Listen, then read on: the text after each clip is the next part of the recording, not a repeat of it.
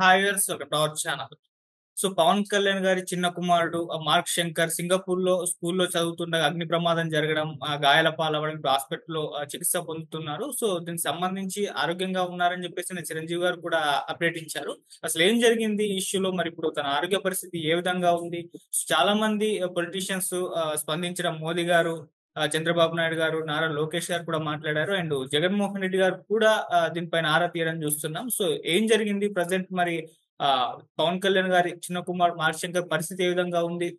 So, ఈ అంశం మీద మాట్లాడడానికి మనతో పాటు జనసేన అధికార ప్రతినిధి వివేక్ గారు ఉన్నారు. వారితో ఒకసారి అడిగి దీనికి సంబంధించిన డీటెయిల్స్ మరిన్ని తెలుసుకునే ప్రయత్నం చేద్దాం. సార్ నమస్కారం సార్. నమస్తే మీకు ఛానల్ వీక్షకులందరికీ నమస్కారం. సార్. నిన్న మీకు కూడా తెలుసు సార్, పవన్ కళ్యాణ్ గారి చిన్న కుమారుడు 'మార్క్ శంకర్' అక్కడ సింగపూర్‌లో స్కూల్‌లో ఉండగా అగ్ని ప్రమాదం జరగడం, మరి అక్కడ గాయాల పాలయ్యారని చెప్పేసి వార్తలొస్తున్నాయి. ఇప్పుడు ప్రెజెంట్ కండిషన్ ఏ విధంగా ఉంది? హాస్పిటల్‌లో చికిత్స నిన్న పవన్ కళ్యాణ్ కూడా మాట్లాడుతూ ఇది చిన్నదనుకున్నాను. కాస్త ఎక్కువే జరిగింది. అండ్ ఒక పాప కూడా అక్కడ స్కూల్‌లో చనిపోయిందని కూడా పవన్ కళ్యాణ్ కూడా చెప్పారు. సో, ఇప్పుడు ఏ విధంగా ఉంది? అసలు ప్రమాదం ఏ విధంగా జరిగింది సార్? యాక్చువల్‌గా ఆయన 4 రోజుల పర్యటన విశాఖ పర్యటన 4 రోజుల పాటు పెట్టుకున్నారు. అయితే 2 రోజులకే పర్యటన కుదించుకోవాల్సొచ్చింది బికాస్ ఆఫ్ దిస్ ఇన్సిడెంట్. అంటే వేసవి సెలవులకు సంబంధించిన ఒక ఎక్స్‌కర్షన్ లాగా సింగపూర్‌లో ఆ చోటుకు ఆ పిల్లలు ఎక్స్‌కర్షన్ లాగా వెళ్లారు. సో, ఆ ఎక్స్‌కర్షన్‌కెళ్ళినప్పుడు అనుకోని విధంగా అక్కడ ఘటన జరగడం. సో, అనుకోని విధంగా ఆ ఘటన అక్కడ జరగడము, ఆయన తన పర్యటనని అర్ధాంతరంగా ముగించుకోకుండా అంటే వ్యక్తిగతంగా ఎవరికైనా మన కుటుంబ సభ్యులకు బాగోలేకపోతే వెంటనే ప్రమాదం అని తెలిసిన వెంటనే మనం ఎలాంటి పనులైనా వదిలేసుకొని వెళ్తాం యాక్చువల్‌గా. సో, అలాంటి పరిస్థితుల్లో ఉన్నప్పటికీ కూడా ఒక పక్క అక్కడ మా కళ్యాణ్ గారి వైఫ్ గారు అక్కడ ఒంటరిగా ఉన్నారు. పానిక్ సిట్యుయేషన్‌లో ఉన్నారు. తోడెవరు లేని పరిస్థితుల్లో కూడా ఆయన తన పర్యటనను అర్ధాంతరంగా క్యాన్సెల్ చేసుకొని వెళ్ళకుండా, పర్యటన ఇచ్చిన మాట ప్రకారము గిరిజనులతో ఖచ్చితంగా ఆ ప్రారంభోత్సవం చేసే వెళ్ళాలని ఆయన నిర్ణయించుకోవడము. సో, పర్యటన సాయంత్రం జూ పార్క్ వెళ్ళాల్సుండంగా, ఆ పర్యటన ఒకటి రద్దు చేసుకొని, ఇమ్మీడియేట్‌గా హైదరాబాద్‌కి వెళ్ళడం. హైదరాబాద్ నుంచి రాత్రి సింగపూర్ వెళ్ళడము. అలాగే మెగాస్టార్ గారు, అలాగే సురేఖ గారు అందరూ వెళ్లారు. సో, ప్రస్తుత కండిషన్ వచ్చేసి హ్మ్. నిన్నటి వరకు ఐసీయూలో ఉంచారు. ఈరోజు వార్డ్‌కి షిఫ్ట్ చేశారు. సో, ప్రమాదం ఏమీ లేనప్పటికీ కూడా ఏదైతే ఆ బ్లాక్ స్మోక్ ఏదైతే ఉంటదో, అంటే పెద్దవాళ్ళకే బ్లాక్ స్మోక్ జస్ట్ ఒక 1, 2 మినిట్స్ అది మనం లోపలికి పీల్చుకుంటేనే మనము ఉక్కిరిబిక్కిరి అయిపోతాం. సో, అలాంటిది చిన్న వయసు పిల్లలకు దట్ టూ లంగ్స్‌కి ఎక్కువగా ఎఫెక్ట్‌గా ఉంటుంది కాబట్టి, బ్లాక్ స్మోక్ కొంచెం ఎక్కువగా లంగ్స్‌లోకి వెళ్ళిందని తెలిసింది. సో, దానికి సంబంధించిన చికిత్స నిన్నంతా చేశారు. అది ఈరోజు వార్డ్‌కి షిఫ్ట్ చేశారు. సో, వార్డ్‌కి షిఫ్ట్ చేసిన తర్వాత అది బ్లాక్ స్మోకు లంగ్స్‌లో ఎంత ఇన్ఫెక్ట్ అయింది, లేకపోతే దాన్ని పూర్తి స్థాయిలో రికవర్ అవ్వడానికి ఎన్ని రోజులు పడుతుంది, సరే దానికి సంబంధించిన చికిత్సకు సంబంధించిన వివరాలు డాక్టర్స్ 2, 3 రోజుల పాటు ఉంచాల్సొస్తుందని తెలియజేయడం జరిగింది. సో, ఆ పరీక్షలన్నీ చేసిన తర్వాత అది ఎంత సివియర్‌గా ఉందా, నార్మల్ కండిషన్‌లో ఎన్ని రోజులకి రావచ్చు, లేకపోతే అది పూర్తిగా తీసేయడానికి శరీరం నుంచి ఆ స్మోక్ అంతా పోవడానికి ఎంత కాలం పట్టొచ్చనేది డాక్టర్స్ చెప్పాల్సిన విషయం కాబట్టి, సో, డాక్టర్స్ తదుపరి బులెటిన్ ఎప్పుడు విడుదల చేస్తారో చూడాల్సుంది. ఎనీహౌ ఒక ముఖ్యమైన ఆహ్, పర్యటనలో ప్రజలకిచ్చిన మాట కోసం ఆయన చేసే సమయంలో ఒక పక్క పెద్ద కుమారుడు పుట్టినరోజు, మరో పక్క ప్రజలతో మమేకమవుతున్న సందర్భంలో ఇచ్చిన మాట కోసం వచ్చిన సందర్భంలో చిన్న కుమారుడు ఆ విధమైన ఇన్సిడెంట్ జరగడము ఎవరైనా సరే రాజకీయాలకు అతీతంగా మా అధినేత ఎప్పుడూ అంటూ ఉంటారు. మనం కేవలం పార్టీల పరంగా, విధానాల పరంగా మనము వ్యతిరేక భావాలుండొచ్చు గానీ, అంతిమంగా రాత్రయ్యేసరికి మనమందరం మనుషులము. సో, మన విధానాలు వేరయ్యుండొచ్చు కావచ్చు గానీ, మనం అంతిమంగా మనుషులము.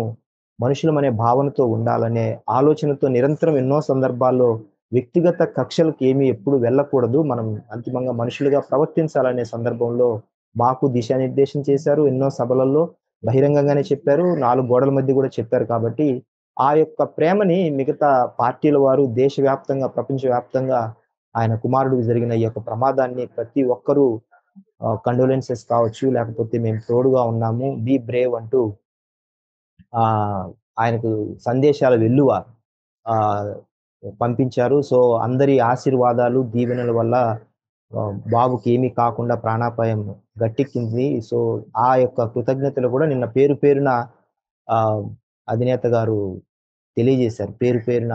సో, ఒక్కొక్క ఎక్స్ మినిస్టర్స్ కావచ్చు, ex chief ministers, present chief ministers, కేంద్ర మంత్రులు, సాక్షాత్తు మోడీ గారు సింగపూర్‌లోని హై కమిషనర్ గారితో మాట్లాడడము. సో, అక్కడ ప్రత్యేకమైన చర్యలు తీసుకోవడము. సో, ఇవన్నీ ఆయన యొక్క మంచితనానికి, ఆయన ప్రజల పక్షాన నిలబడిన విధానానికి ఈరోజు ఆయనకున్న మద్దతు అనేది మరొకసారి తెలియజేయడం జరిగింది. సో, ఈ కోణంలో చూస్తే మా బాబు రికవర్ అయిన వెంటనే అక్కడ ఆ వేసవి అంటే ఐ మీన్ సమ్మర్ క్యాంప్‌కి వెళ్ళిన పిల్లలు ఎవరైతే ఉన్నారో అందులో ఒకరు చనిపోవడము. అదొక చాలా బాధాకరమైన ఘటన. నిజంగానే చాలా రెస్క్యూ ఆపరేషన్స్ చాలా వేగంగా తీసుకోవడం వల్ల కూడా చాలామంది ఇమ్మీడియేట్‌గా అక్కడ నిర్మాణ కార్మికులు పని చేస్తున్నారు. అలాగే ఆ భవన నిర్మాణ కార్మికుల కోసం 2019లో లాంగ్ మార్చ్ చేసి అధినేత ఎంత బలంగా పోరాడు, వారి పక్కన నిలబడ్డారో, ఈరోజు అదే భవన నిర్మాణ కార్మికులు ఆ ఘటన చూసిన వెంటనే ఈవెన్ అంబులెన్సెస్ అలాగే ఫైర్ సేఫ్టీ సిబ్బంది వచ్చే లోపలనే సగం పైగా వారు పనిని పూర్తి చేసి పిల్లల్ని రెస్క్యూ చేయగలిగారు.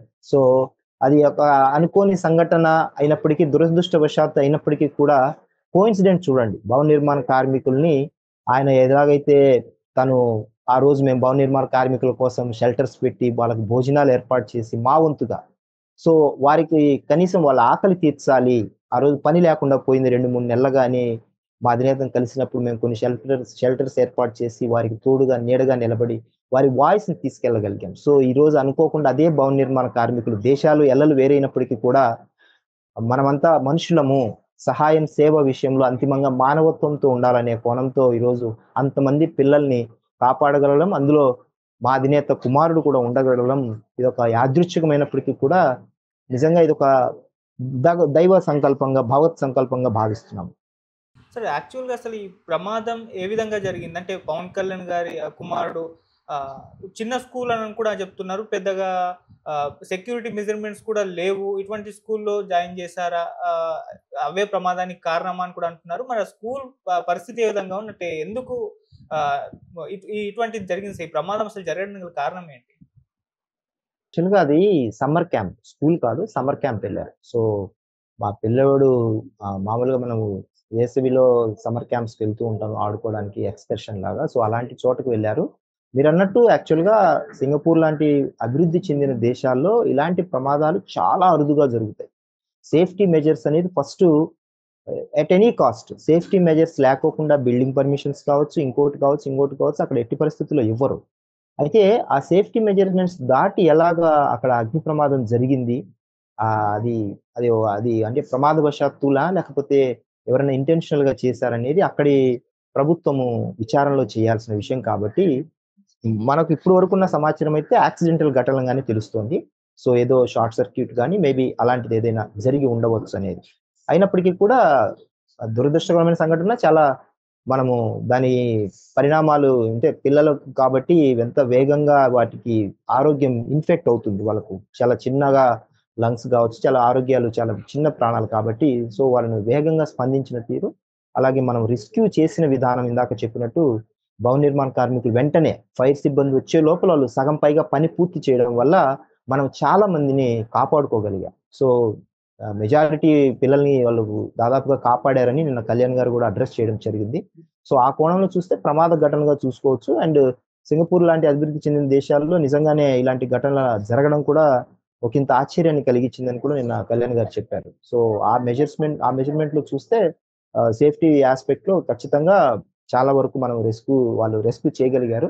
అట్ ది సేమ్ టైమ్ మనకు కూడా కళ్యాణ్ గారి కుమారుడు మీద అందరికి చాలా రకమైన నిన్నంతా చాలా బాధలో ఉన్నాం. అందరం దాదాపు అందరూ ప్రతి క్యాడర్‌కి సంబంధించిన వాళ్ళు, ఆయా మతాలకు సంబంధించిన వాళ్ళు వారి దేవుళ్ళని ప్రార్థించారు. అందరూ చాలా చోట్లకెళ్ళి ఆలయాలు, చర్చిలు, మసీదులలో ప్రత్యేక ప్రార్థనలు చేశారు, పూజలు చేశారు. సో, అంతిమంగా ఎటువంటి ప్రాణాపాయం లేదని చెప్పడంతో అందరం ఊపిరి పీల్చుకున్నాం.